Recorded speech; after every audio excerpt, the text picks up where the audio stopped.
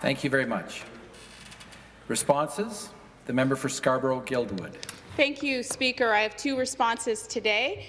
International Day Against Homophobia and Transphobia in advance of Friday's observance of the 2019 International Day Against Homophobia, Transphobia and Biphobia. Today I stand in solidarity against all forms of persecution, oppression and torture of LGBTQ people around the globe and here in Ontario. I want to welcome my friend Susan Gapta, who I've known for many years. No, Speaker, I was asked to preside over the Model Parliament for high school students a few months ago, and the students were debating a gender-neutral washroom. And it was really interesting to listen to our high school students and their intrinsic understanding that we have to have fairness in our society, and every person needs to be able to do what is natural and normal for them. Millions of LGBT people around the world struggle to secure their basic human rights and gain visibility. Some lives under the threat of death penalty simply because of who they are. This is unacceptable, and we have a duty to ensure that everyone in this province feels safe. We must ensure that this province remains inclusive and accessible for everyone. There is no room for hate, fear, or violence in our province.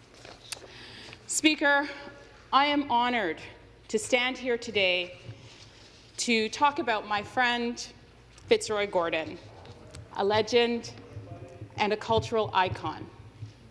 As fellow Jamaicans, he's a soldier.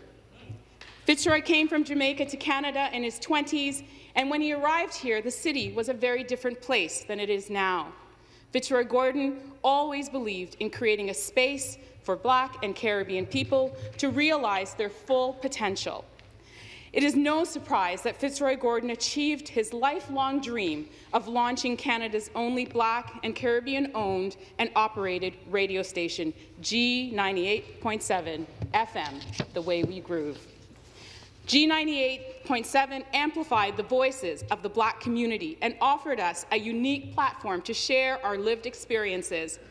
I would like to say a special thank you to Carrie Lee Crawford, a member of the G98.7 family, for being here today in support of Fitzroy, and I know that you are here representing the G98.7 family. G98.7 can be relied upon to play the rhythms of our cultural heritage, reminding us all of our roots, evoking a sense of pride and gratitude in the Black, Caribbean, and African diaspora.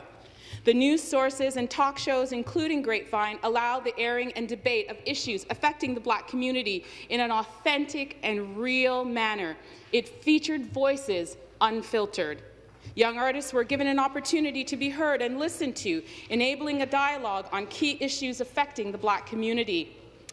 Fitzroy made history once again when he was granted approval from the CRTC to operate Canada's first national Black and Caribbean TV station, something that can further be realized into the future.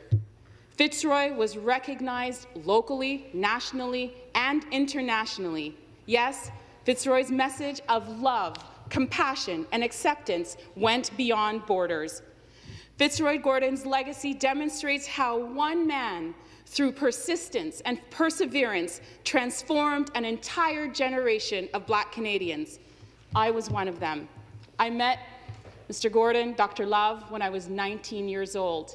He gave myself and my fellow colleagues an opportunity to be interviewed many times on air. Fitzroy gave us a voice, and we have a duty to use this voice to empower our communities. To say that Fitzroy Gordon was loved is an understatement. His friends, his fans, and his community are mourning the loss of a cultural icon. Today we have Marsha Brown, Lennox Richards, and Selwyn Richards, who has the art of catering. I know that you are brothers and that this is a hard moment, but please understand that his legacy is for all of us to build on. Marvette, Nelson, Tennyson, the entire family, we mourn with you. We stand with you. He will never be forgotten. He has left a voice, and he is truly missed, and he will continue to and always be Dr. Love. May his legacy live on. May he rest in peace.